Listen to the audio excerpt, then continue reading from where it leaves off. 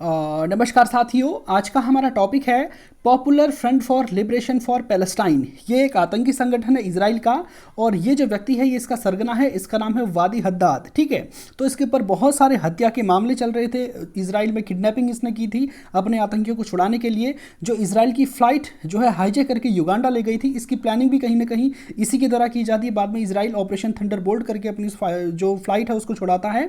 तो बहुत ही बड़ा टेररिस्ट ये अपने आप में इजराइल का था, और इसकी हत्या इजराइल करता है इराक में जाकर। ठीक है, इराक जो इनका धुर विरोधी देश था, वहां पर ये शरण लिए हुए था। वहां पर छुपकर सारी की सारी गतिविधियां ये इजराइल में आतंकी गतिविधियां चलाया करता था। तो इसकी हत्या इजराइल के एजेंट करते हैं इराक में जाकर। और मर्डर वेपन जो था वो था अपने आप में टूथपेस्ट, यानी कि टूथपेस्ट की सहायता से इस व्यक्ति की हत्या हो जाती है। तो बहुत कहानी जो आज का सेशन है काफ़ी इंटरेस्टिंग अपने आप में हो जाता है। सबसे पहले हम देखते हैं कि आखिर इजराइल हमारे मैप पर कहाँ पड़ता है। तो ये आप जानते हैं भारत है, भारत के बगल में पाकिस्तान है, ये ईरान है, ये इराक है, ये सीरिया है, और यहाँ पर छोटा सा एक देश है जिसको मैंने ऐसा कर रखा है, ये है आपका इजराइल। ठीक है, बहुत ही छोटा देश है। और ये जो पूरी की पूरी बेल्ट है ये अपने आप में इस्लामिक देशों की है, यानी कि यहाँ पर जितने भी देश हैं सारे के सारे क्या है, मुस्लिम हैं। केवल और केवल इजराइल यहाँ पर एक छोटा सा देश है जिसको मैं ब्लैक कलर से कर देता हूँ। ये वाला जो देश है अपने आप में छोटा सा, ठीक है, इसको मैं थोड़ा इतना इतना ही है लगभग जितना मैंने इसको ब्लैक किया हुआ है। तो ये छोटा सा देश है अपने आप में इजराइल। इसके अपने अगल बगल के जितने भी देश हैं इन सब के साथ दुश्मनी है। ठीक है, ये इसके ठीक बगल में सीरिया है, ये इसका बहुत ही बड़ा दुश्मन है। इसके बगल में जॉर्डन है, इसके ऊपर पे लेबनान है, इसके बगल में ये वाला इलाका पूरा मिस्र का है, ये सऊदी अरब है, ये इराक है, ये ईरान है। ठीक है, और जितने भी देश यहाँ पर इस्लामिक देश है सबके साथ इसकी क्या है, दुश्मनी है। और ये सारे देश समय समय पर जो है इजराइल पर आतंकी हमले करने का लगातार प्रयास करते रहे थे। इसलिए इजराइल ने जो अपना एक प्लान तैयार किया कि उन्होंने जीरो टॉलरेंट की नीति अपने यहाँ पर अपनाई कि कोई भी देश, ठीक है, जो भी व्यक्ति पूरी दुनिया में इजराइल के खिलाफ किसी भी तरह की साजिश रचेगा, किसी भी इजरायली नागरिक की हत्या करेगा, तो उसको दंड हम देंगे, मृत्युदंड। अपनी जो इनकी इंटेलिजेंस एजेंसी है मोसाद, वो इन देशों में भर भर के घूम घूम करके जो है इस तरह के ऑपरेशंस को लगातार अंजाम दे रही है। यानी कि जो इजराइल की खुफिया एजेंसी है, इसके सारे के सारे जासूस इन सब देशों में अपने आप में बहुत बड़ी मात्रा में हैं। और ये अपने देश के जो दुश्मन है, जो इजराइल को नुकसान पहुंचाने का प्रयास कर रहे हैं, उनको जो है ढूंढ ढूंढ करके उनका जो है इन देशों में खात्मा करती है। और मैं आपको इसके बारे में थोड़ा बहुत और आपको बता दूं तो लगभग पिछले 10 सालों में, ठीक है, 2010 के बाद से लेकर अब तक इजराइल की खुफिया एजेंसी ने ये बात अपनी बताई थी कि हम 800 से ज़्यादा किलिंग ऑपरेशन कर चुके हैं, जो कि पूरी दुनिया की जितनी भी इंटेलिजेंस एजेंसी है इनमें सबसे बड़ा नंबर जो है अपने आप में इजराइल का ही आता है। तो केवल 10 साल में 800 से भी ज़्यादा ऑपरेशन, और सारे के सारे ऑपरेशन बहुत ही खतरनाक किलिंग ऑपरेशन है। यानी कि जितने भी आतंकी इन देशों में भरे पड़े हैं, इजराइल समय समय पर जो है यहाँ पर जाकर इनको मारता है। यहाँ पर बहुत सारे अपने सैनिक उन्होंने इजराइल के जो नागरिक हैं उनको यहाँ की आर्मी में भर्ती कर रखा है, और बहुत बड़ी तादाद में यहाँ पर जासूस जो है इजराइल के अपने आप में है। छोटा सा मैप आपको एक और दिखा देना चाहता हूँ। ये इजराइल का अपना मैप है। ये पहले का फ़िलिस्तीन था जहाँ पर इजराइल बनता है जब आज़ाद होता है। ठीक है, उस समय ये बंटवारा है 1947 के टाइम का। इसमें जो वाइट वाला पोर्शन है इजराइल का था, और जो ग्रीन वाला पोर्शन है फ़िलिस्तीन का था। अभी का जो मैप है आपका इजराइल और फ़िलिस्तीन का, वो लास्ट ये वाला है। ठीक है, ये इसमें आपको दिखाई दे रहा होगा, जो वाइट वाला पूरा का पूरा पोर्शन है इजराइल का है, और जो यहाँ पर ग्रीन कर रखा है, ठीक है, ये फ़िलिस्तीन का है। ये जो ग्रीन में आपको सबसे पहले ऊपर आपको यहाँ पर छोटा सा एक पोर्शन दिखा दे रहा होगा जिसको मैंने ब्लैक कर दिया है। इस पोर्शन का नाम है गाज़ा पट्टी। ठीक है, गाज़ा स्ट्रिप इसको बोलते हैं। और इस गाजा पट्टी पर हमास, जिसे इजराइल एक आतंकी संगठन मानता है, इसका शासन है। ठीक है, और इजराइल पर जितने भी बॉम्ब ब्लास्ट होते हैं, रॉकेट इत्यादि दागे जाते हैं, आपने सुना होगा, ये सब इसी गाजा पट्टी से जो है इजराइल पर दागे जाते हैं। और देखिए, लेकिन इजराइल ने, और ये वाला जो इलाका है ये पूरा का पूरा इसको वेस्ट बैंक कहते हैं। यहीं पर यरूशलेम भी स्थित है, और जो इजराइल की अपनी कैपिटल इसको बनाना चाहता है, हालांकि अभी इसकी कैपिटल तेल अवीव है, और ये चाहता है कि यरूशलेम को ये अपनी राजधानी बनाए, क्योंकि यरूशलेम जो इजरायली हैं इनके लिए एक आस्था के केंद्र है, इनका एक धार्मिक स्थल है, मुसलमानों का भी है, क्रिश्चियंस का भी है, सबका भी है। इसलिए इजराइल चाहता है कि हम इसको क्या बनाएं, अपनी राजधानी बनाएं। तो ये जो आपका इलाका आपको दिख रहा है गाजा पट्टी का, ठीक है, इस गाजा पट्टी पर आतंकी संगठन हमास का शासन है, जो यहाँ से बहुत सारी आतंकी की गतिविधियों को जो है अंजाम देता है। और खास बड़ी बात आपको मैं बताऊं, ये जो हमास है सॉरी, ये जो गाज़ा पट्टी है यहाँ से मिस्र के साथ, ये मिस्र का जो सिनाई पेनिनसुला है इसके साथ जुड़ा रहता है, और जो ईरान है इजराइल का कट्टर दुश्मन देश है, वो इसी मिस्र के माध्यम से इस हमास को हथियार पहुंचाता है, रॉकेट इत्यादि पहुंचाता है, और रॉकेट को जो है हमास लगातार समय समय पर जो है इजराइल पर दागता है। तो आपने सुना होगा अक्सर, ठीक है, कि हमास ने जो है 200 रॉकेट इजराइल पर चला दिए, 500 रॉकेट चला दिए एक साथ में। तो इतने बड़े पैमाने पर इजराइल पर अटैक यहाँ से होते हैं। लेकिन आपने सुना होगा अक्सर कि 500 रॉकेट चला दिए, मौत कितने की होती है? 2 लोगों की, 3 लोगों की। तो ठीक है, तो इजराइल का एक एयर डिफेंस सिस्टम इजराइल ने अपना तैयार कर रखा, खुद इन्होंने अपना खुद का बना, जिसका नाम आयरन डोम है। ठीक है, आयरन डोम जो भारत ने भी खरीदा है। तो इस आयरन डोम मिसाइल सिस्टम की खास बात यह है कि जो हवा में जो मिसाइलें आती हैं इसको ये हवा में ही मार देता है। इसीलिए जब लगातार 4-4, 500 मिसाइलें चलती हैं, उसमें से लगभग 400-450 मिसाइलों को, बहुत बड़े पैमाने पर मिसाइलों को जो है ये मार देता है। कुछ एक मिसाइलें इजराइल के शहरों पर गिर जाती हैं, जिससे 2-4 लोगों की मौत अपने आप में हो जाती है। तो कहीं ना कहीं इजराइल का जो अपना सिक्योरिटी थ्रेट है उसके लिए इसने अपनी जीरो टॉलरेंस की नीति बनाई है कि कोई भी देश ऐसा जो हम पर अटैक करेगा हम उसको छोड़ेंगे नहीं। तो इसी कड़ी पे देखिए, इजराइल ने बहुत सारे ऑपरेशन दुनिया के अलग अलग देशों में घूम घूम कर किए हैं, बहुत ही बड़े पैमाने पर। इतने टेररिस्ट के खिलाफ ऑपरेशन दुनिया के किसी भी देश ने नहीं किए हैं। यानी कि सबसे खतरनाक दुनिया का जो देश है अपने आप में इजराइल है, जिसने ऐसे ऐसे ऑपरेशन किए जो एकदम असंभव से लगते हैं, और इसको संभव कर दिखाया इसने। अमेरिका ने तक इतने ऑपरेशन नहीं किए। ठीक है, पिछले 10 सालों में जितने ऑपरेशन इसने किए हैं, इजराइल ने 800 के आसपास नंबर ये बता चुके हैं कि इतने हमने किलिंग ऑपरेशन अपने आप में किए हैं। इतने ऑपरेशन दुनिया की किसी भी इंटेलिजेंस एजेंसी ने अब तक नहीं किए हैं। तो इसी व्यक्ति की कहानी आज आपको सुनाने वाला हूं। इसका नाम मैं बता चुका हूं आपको, वादी हद्दाद। ये जो है, इसने बहुत सारे गुनाह इजराइल में किए थे। इजराइल में बहुत सारे लोगों की किडनैपिंग इसके नेतृत्व में कराई गई थी। ये क्या करता था, इजराइल के नागरिकों को किडनैप कर लेता था और उसको गाज़ा पट्टी में ले जाता था, और उसके बाद जो है वहाँ से डीलिंग इजराइल के साथ करने का प्रयास करता था कि तुम हमारे इतने टेररिस्ट जो तुम्हारे जेल में बंद हैं उनको रिहा करो, तब हम इसको रिहा करेंगे। एक 27 जून 1976 को तेल अवीव से एक फ्लाइट आपकी चलती है, वो हाईजैक हो जाती है, बाद में उसको युगांडा ले जाया जाता है। इस पर मैंने पूरा सेशन किया है। अगर आपने ईदी अमीन की बायोग्राफी सुनी होगी तो उसमें मैंने बताया है इस पूरी घटना के बारे में, किस तरह से इजराइल ऑपरेशन थंडरबोल्ट करता है।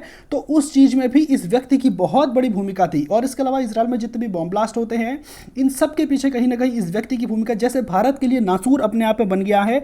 मौलाना मसूद अजहर पाकिस्तान में है, बैठा है, और लगातार कश्मीर में आतंकी हमले को अंजाम दे रहा है। यूनाइटेड नेशंस ने उसको एक तरह से टेररिस्ट डिक्लेयर कर दिया, उसके बावजूद भारत जो है उसका कुछ नहीं बिगाड़ पा रहा है। तो ठीक इसी तरह की छवि इस वादी हद्दाद की भी अपने आप में थी।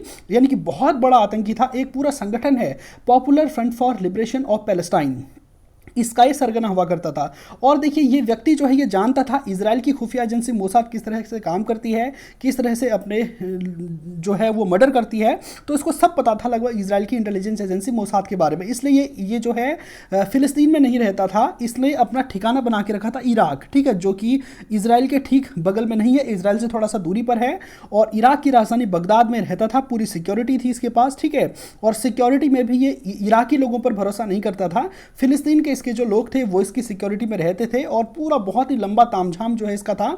तो कहने का मतलब है, अगर इसको मारना है तो इस तरह से आसानी से इसको मारना अपने आप में संभव नहीं है। इजराइल की इंटेलिजेंस एजेंसी काफ़ी प्रयास करती है इसको मारने का, लेकिन वो सफल नहीं हो पाती है। ठीक है, तो देखिए, ये आपको मैं बता दूं, यासिर अराफात हैं। यासिर अराफात, ठीक है, ये इजराइल के, सॉरी, ये फिलिस्तीन के बहुत बड़े लीडर थे। जैसे भारत में गांधी जी की इमेज थी, ठीक उसी तरह से इनकी इमेज अपने आप में फिलिस्तीन में हुआ करती है, एकदम शांति के अग्रदूत। देखिए, इजराइल का मानना था कि ये जो यासिर अराफात हैं, ठीक है, ये भारत विरोधी, ये जो है इजराइल विरोधी हैं, और इजराइल को जो है सबसे ज़्यादा नुकसान जो पहुंचा रहे हैं, पूरे इंटरनेशनल पॉलिटिकली भी एक तरह से नुकसान पहुंचा रहे हैं, तो ये यासिर अराफात हैं। ठीक है, तो इजराइल की हिट लिस्ट में नंबर 1 पर थे यासिर अराफात, और इजराइल प्लान करता है इनको मारने का किसी भी तरह से। इनकी अगर हत्या हो जाए तो हमारे लिए बहुत जो है आसानी हो जाए। लेकिन उस समय, जब मैं आपको बता चुका हूं कि 1975 तक, ठीक है, इजराइल में लेबर पार्टी की सरकार थी। 1948 में जब से इजराइल का गठन हुआ तब से लेकर 1975 तक लेबर पार्टी की सरकार थी। उसके बाद पार्टी वहां पर चेंज होती, इलेक्शन होते हैं,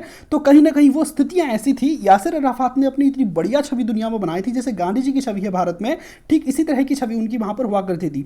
इन्होंने जो है यूनाइटेड नेशंस में जाकर तक भाषण दिया था, और पूरी दुनिया के जो लीडर है, एकदम वैश्विक नेता की तरह जो है इनको देखा जाता था। तो कहीं ना कहीं अब इजराइल की सरकार भी जो है इनकी हत्या करने से चूकने लगी, कि कहीं ऐसा ना हो जाए कि इनकी हत्या करने के बाद वैश्विक जो है इसराइल का कहीं बहिष्कार न होने लगे, तो इसराइल की खुफिया एजेंसी यासिर अराफात की का मर्डर करने का जो प्लान है इसको कैंसिल करती है और नंबर 1 पर इस व्यक्ति को, वादी हद्दाद को रख देती है। ठीक है, ये जो वादी हद्दाद आपको दिखाई दे रहा है इसको नंबर 1 पे रखती है और अब पूरा प्लान तैयार होता है इसको मारने का। जैसा कि मैं आपको बता चुका हूं, ये जो वादी हद्दाद था ये इजराइल की इंटेलिजेंस एजेंसी को बहुत ही अच्छे से जानता था, बहुत ही करीबी से इसने देखा था कि किस किस तरह से इसने मर्डर किए हैं अब तक, और इसने अपनी सिक्योरिटी इतनी टाइट की हुई थी कि इतनी आसानी से इसको मारना संभव ही नहीं था। ठीक है, लेकिन देखिए जब इजराइल की इंटेलिजेंस एजेंसी पूरा इसकी रेकी करती है, कहाँ पर ये रहता है सब कुछ देखती है, इसकी सिक्योरिटी कैसे है, कहीं पर क्या कोई चूक हो सकती है कि जहाँ से हम एंटर कर जाए, तो जब सब कुछ देखती है तो कहीं ना कहीं इजराइल की इंटेलिजेंस एजेंसी मोसाद को लग जाता है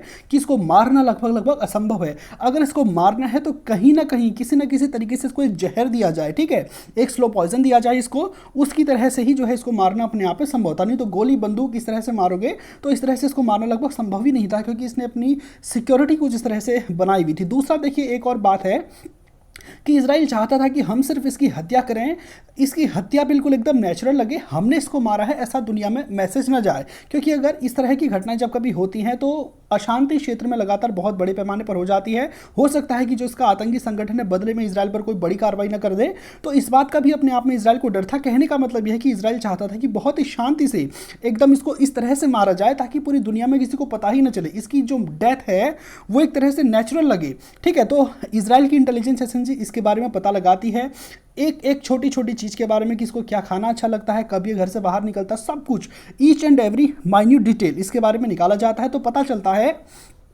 कि ये जो व्यक्ति है ये चॉकलेट खाने का बड़ा शौकीन था। ठीक है, इसको चॉकलेट बहुत पसंद थी, और जो उस समय ये इराक में रह रहा था, इराक की राजधानी बगदाद थी, तो वहाँ पर कुछ खास अच्छी चॉकलेट मिलती नहीं थी, तो बेल्जियम से बाकायदा ये अपने लिए चॉकलेट मंगाया करता था और बहुत ही शौकीन था चॉकलेट खाने का। तो कहीं ना कहीं इसराइल की इंटेलिजेंस एजेंसी अब प्लान बनाती है कि हम क्यों ना कोई ऐसा जहर एक तरह से चॉकलेट में डालकर इसको खिला दें किसी भी तरह से। तो देखिए इसराइल में आपको मैं छोटी सी बात एक बताऊं तो 1952 में इसराइल सरकार एक रिसर्च सेंटर बनाती है, इसका नाम है Israeli institute of biological research centre. 1952 में इसकी स्थापना होती है, और इसराइल की जो गवर्नमेंट है ये बहुत बड़ा अमाउंट, बहुत बड़ा एक बजट इस इंस्टीट्यूट का है, क्योंकि यही एक ऐसा इंस्टीट्यूट है जो मोसाद को अपने दुश्मनों को मारने के नए नए तरीके बताता है। ऐसे ऐसे जहर इसने खोज निकाले हैं जिससे हत्या करने पर जो है जब व्यक्ति का पोस्टमार्टम होता है, ब्लड टेस्ट होता है, वो जहर डिटेक्ट ही नहीं होते हैं। ठीक है, जैसे अगर मान लीजिए किसी व्यक्ति की जहर देकर मौत हो जाती है तो ब्लड टेस्ट जब उसका करते हैं तो पता चल जाता है कि इसको कौन सा जहर दिया गया है, या फिर उसका जो लिवर होता है उसकी सहायता से पता चल जाता है कि लिवर को अगर नुकसान पहुंचा है तो इसका मतलब इसको जहर दिया गया होगा। तो इस तरह से पता चल जाता है कि जहर से व्यक्ति की मृत्यु हुई है। लेकिन ये जो मोसाद है, तो Israeli institute of biological research centre जो तेल अवीव में है, 1952 में इसकी स्थापना हुई है, इसने ऐसे ऐसे जहर खोज निकाले थे, स्लो पॉइजन, ठीक है, तरह तरह के जो है जहर इसने बना दिए थे कि वो जो है अगर ब्लड टेस्ट किया जाए नॉर्मली, ठीक है, तो उसमें डिटेक्ट ही नहीं होंगे और इस तरह से व्यक्ति की हत्या होगी कि वो बिल्कुल एकदम नेचुरली लगेगा। तो इजराइल की इंटेलिजेंस एजेंसी कहीं ना कहीं प्लान बनाती है कि एक चॉकलेट है, इसमें हम स्लो पॉइजन डालें कि एक बार खिलाओ मरे ना, धीरे धीरे जो है 30-40 दिन ये थोड़ा थोड़ा करके पॉइजन खाए और धीरे धीरे जो है इसकी मौत हो। तो इजराइल की इंटेलिजेंस एजेंसी ऐसा प्लान बनाती है, लेकिन इस प्लान में गड़बड़ी थी कि चॉकलेट अपने आप में खाने की चीज़ है, कहीं ऐसा ना हो जाए कि कोई दूसरा व्यक्ति इस चॉकलेट को खा ले और उसकी तबीयत खराब हो जाए, वो मर जाए और ये बच जाए। ठीक है, क्योंकि खाने वाली चीज़ें क्या होती हैं, कोई दूसरा व्यक्ति भी उसको खा सकता है। तो कहीं ना कहीं जो बेल्जियम की चॉकलेट है उसमें स्लो पॉइजन मिलाकर इसको खिलाने के प्रोग्राम को इजराइल की खुफिया एजेंसी मोसाद कैंसिल करती है और नया प्लान उसके बाद बनाती है। अब सबसे पहले देखिए मोसाद को चाहिए कि कोई इसका खास व्यक्ति जो इसकी सिक्योरिटी में है वहाँ पर, ठीक है, इराक की राजधानी बगदाद में जो इसकी सिक्योरिटी है वहाँ पर जो इसका कोई खास आदमी कहीं ना कहीं इजराइल के साथ मिल जाए, ठीक है, मोसाद के साथ मिल जाए, जो कि इजराइल की के जो इस तरह के प्लान है, इसको जहर देकर मारने का प्लान है, इसको सफल बना सके। तो इजराइल की खुफिया एजेंसी जो है डोरे डालना शुरू करती है जो उसके सिक्योरिटी में लगे हुए लोग थे, और एक फिलिस्तीनी व्यक्ति ऐसा निकल जाता है, ठीक है, जो कहीं ना कहीं से थोड़ा बहुत नाराज़ था, लेकिन इसका बिल्कुल जो है काफ़ी खास आदमी था, लेकिन इससे थोड़ा सा वो चिढ़ता था। तो उसका एकदम कोड नेम रखा गया था सैडनेस, ठीक है, सैडनेस उसका कोड नेम रखा गया था। इसका बिल्कुल खास था, इसकी सिक्योरिटी में लगा हुआ था, और इसके घर के अंदर के जो रोज़मर्रा के सामान इत्यादि हैं वो सब बाजार से ला करके इसको देने का सारा काम वही व्यक्ति किया करता था, जिसका नाम सैडनेस जो है मोसाद ने रखा था, उसको कोड नेम दिया था। तो देखिए इस सैडनेस को अब इजराइल की खुफिया एजेंसी एक टूथपेस्ट देती है। अब आप सोच लीजिए कि शायद ही किसी ने सोचा होगा कि टूथपेस्ट के जरिए भी मर्डर किया जा सकता है। तो देखिए इजराइल का जो मैंने बताया है बायोलॉजिकल रिसर्च सेंटर है, जो टूथपेस्ट का, जिस ब्रांड का टूथपेस्ट ये व्यक्ति यूज करता है, ठीक उसी ब्रांड का टूथपेस्ट वो इजराइल का जो बायोलॉजिकल रिसर्च सेंटर वो लेता है और उसमें स्लो पॉइजन को मिला देता है और उसको पैक करके बिल्कुल बढ़िया तरीके से उस सैडनेस को दे देता है। अब सैडनेस जो है उस जहर भरे टूथपेस्ट को लेकर के जाता है और वेट करता है कि कब इस वादी हद्दाद का जो पुराना टूथपेस्ट है वो ख़त्म हो जाए। और जैसे ही वादी हद्दाद का पुराना टूथपेस्ट जब ख़त्म हो जाता है तो ये सैडनेस जो है ये उस टूथपेस्ट की जगह जो जहर वाला टूथपेस्ट इजराइल की खुफिया एजेंसी मोसाद ने इसको दिया था, उस टूथपेस्ट को उसके बाथरूम में रख देता है और यहीं से इसकी हत्या की प्लानिंग शुरू हो जाती है। अब देखिए डेट अपने आप में है 10 जनवरी, ठीक है, मैं थोड़ा सा लिख देता हूं इसको। देखिए डेट है 10 जनवरी 1978। ये पहला दिन था जब इसने जहर भरा टूथपेस्ट जो है यूज़ किया था, पहला दिन था, ठीक है, 10 जनवरी 1978 का दिन है। पहली बार वादी हद्दाद ने जो है जहर भरा टूथपेस्ट यूज़ किया और कहीं ना कहीं जैसा कि मैं बता चुका हूं कि खतरनाक वाला पॉइजन उसमें नहीं था। पॉइजन खतरनाक था लेकिन पॉइजन स्लो पॉइजन था, वो धीरे धीरे अपना असर करेगा। पहले दिन टूथपेस्ट यूज़ करेगा तो उसके कुछ बहुत मात्रा में थोड़े से अंश के पेट के अंदर चले जाएंगे, दूसरे दिन करेगा, तीसरे दिन करेगा, ऐसे ही कम से कम 1 महीना 2 महीना जब भी यूज़ करेगा उसके बाद जाकर के इसकी मृत्यु होगी, ठीक है।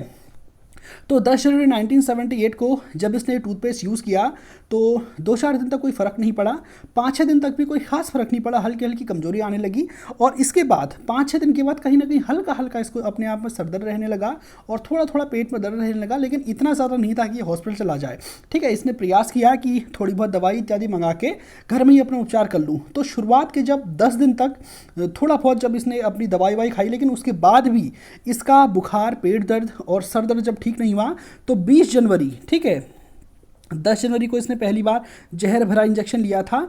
तो अब 20 जनवरी के दिन ये इसको अपना बुखार, सर दर्द और पेट दर्द कुछ ज़्यादा लगने लगा, ठीक है। और दवाइयों का इस पर जैसा मैं बता चुका हूँ कोई खास फर्क इस पर नहीं पड़ा।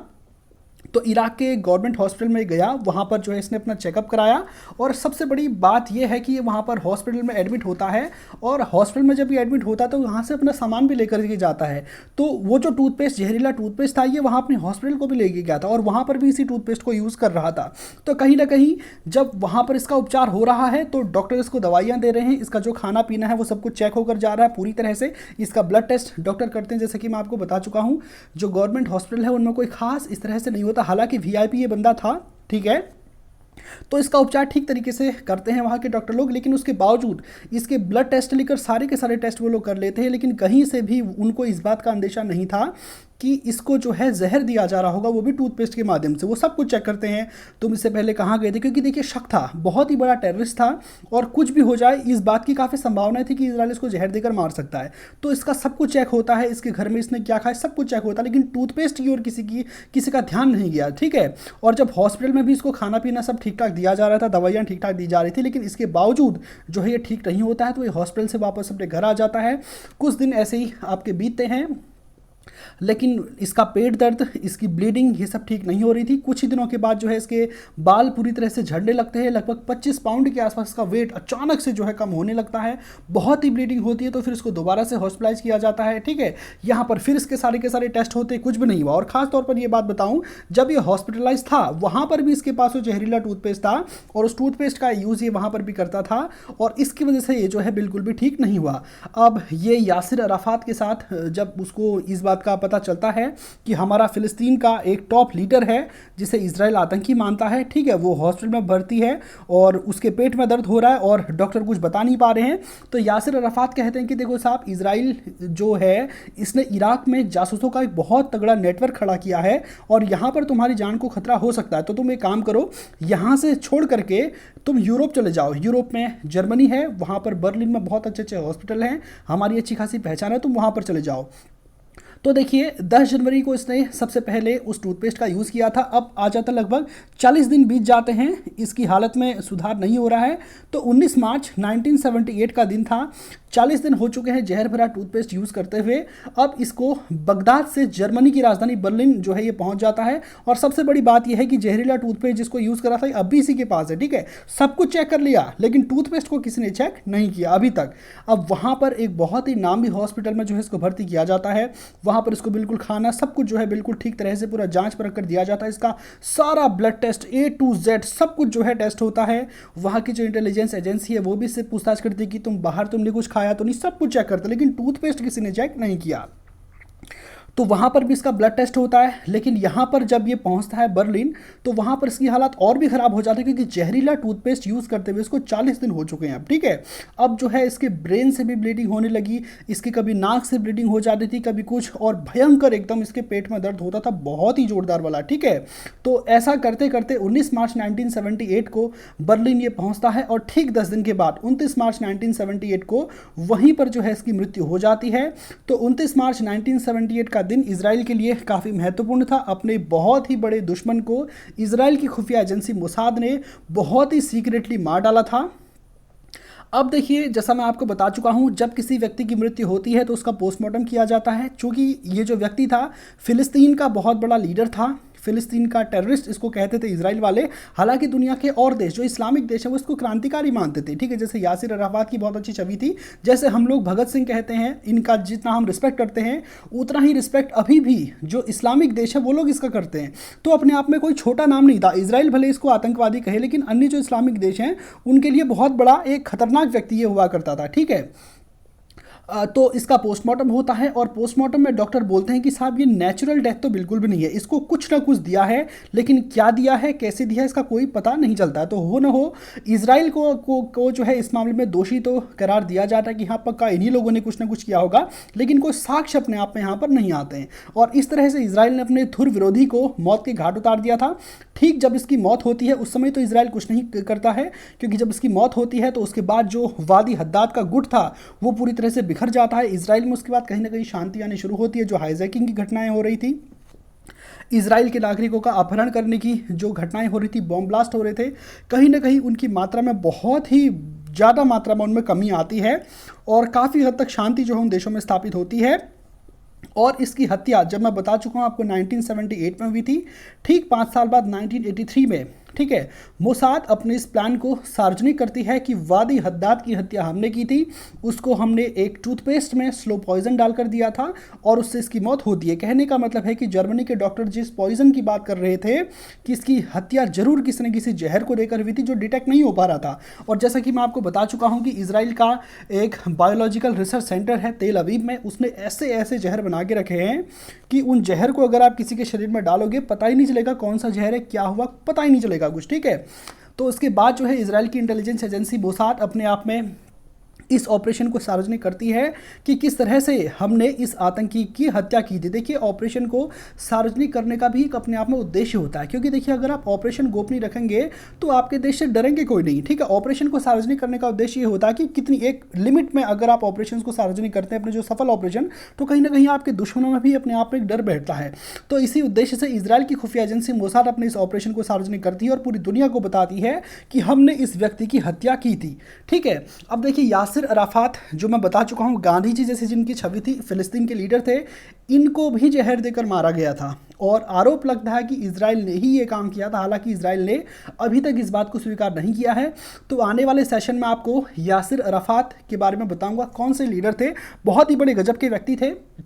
यूनाइटेड नेशन सिक्योरिटी काउंसिल में, यूनाइटेड नेशंस में तक ये स्पीच दे चुके हैं। उससे पहले इनको कम जानते थे लोग, लेकिन जब इन्होंने यूएन में स्पीच दी और भारत के साथ तो इनके बहुत ही अच्छे संबंध थे, भारत के बहुत अच्छे दोस्त अपने आप में यासिर अराफात हुआ करते थे। अब आप लोग सोच रहे होंगे कि जब ये जो इजराइल और फिलिस्तीन इन दोनों के बीच में विवाद होगा तो उसमें भारत किसका पक्ष लेता होगा, इजराइल का कि फिलिस्तीन का। देखिए, भारत ने कभी भी इजराइल का पक्ष नहीं लिया, ठीक है। इससे पहले जितने भी घटनाएं होती हैं उस समय भारत ने कभी भी जो है एक तरह से इजराइल का पक्ष कभी भी नहीं लिया। इसका एक कारण था, भारत की अपने आप में मजबूरी थी, क्यों मजबूरी थी? क्योंकि आप जानते हैं भारत का जो विभाजन है, भारत धर्म के आधार पर बना हुआ देश है। अंग्रेज जब आए थे तो उन्होंने पाकिस्तान को मुस्लिम के रूप में बना दिया और भारत को जो है भारत के रूप में बना। हालांकि भारत धर्मनिरपेक्ष था, लेकिन भारत की जो ज़रूरत थी वो क्या थी? तेल, ऑयल, ठीक है। और वो ऑयल कहाँ पर होता था? वो ऑयल इन्हीं देशों में हुआ करता था जो इसराइल के दुश्मन है।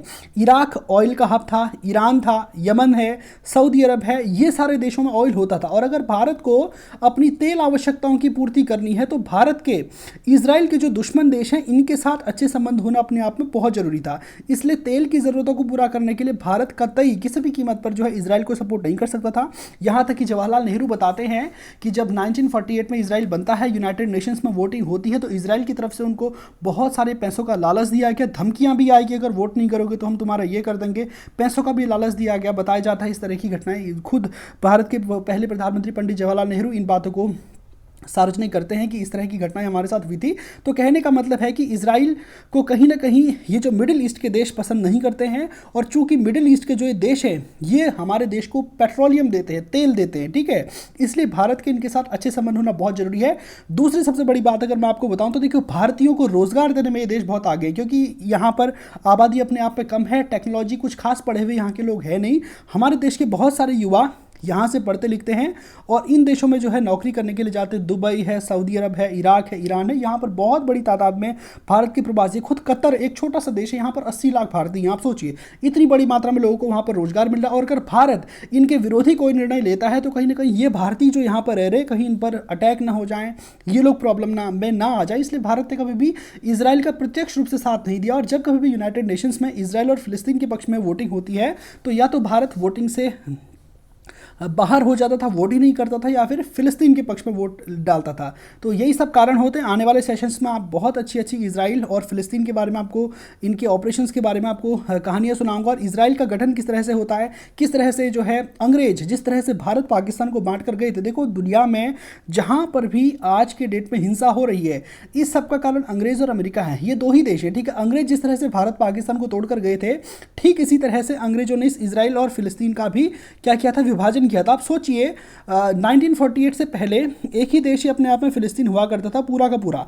उसके बाद इसराइल और फिलिस्तीन दो देशों में इसको बांट दिया जाता था। और नक्शा देखिए कैसा रखा, इतना हरा पहले यहाँ फिलिस्तीन है, इतना हरा फिर फिलिस्तीन है, और इसके बीच में इसराइल है। यानी कि इतनी लंबी चौड़ी बॉर्डर लाइन इन देशों के बीच में बना दी। तो स्पष्ट है कि इन दोनों के बीच में बहुत बड़े पैमाने पर जो है इतनी बड़ी बाउंड्री बना दी है, तो इनके बीच में झगड़े होंगे। तो मैं भी अपने आप में ऐसा डिज़ाइन इन लोगों ने किया कि झगड़े अपने आप में, कॉन्फ्लिक्ट अपने आप में दोनों देशों के बीच होना ही है। उम्मीद करते हैं कि आने वाले समय में इसराइल पर शांति बनी रही। अभी भी देखिए इसराइल में उतना अच्छा सब कुछ नहीं चल रहा है। इसराइल ने 3-4 दिन पहले ही धमकी दी है ईरान को कि हम तुम पर जो है अटैक कर लेंगे। अब आप सोचिए अगर ये अटैक होता है तो देखिए यहाँ पर है इसराइल छोटा सा और यहाँ पर है ईरान। अब यहाँ से यहाँ पर अगर इसराइल को अटैक करना सोचिए आएगा कैसे? यहाँ से लाल सागर होते हुए आएगा अपनी सेना को लेकर, ऐसा तो संभव ही नहीं है।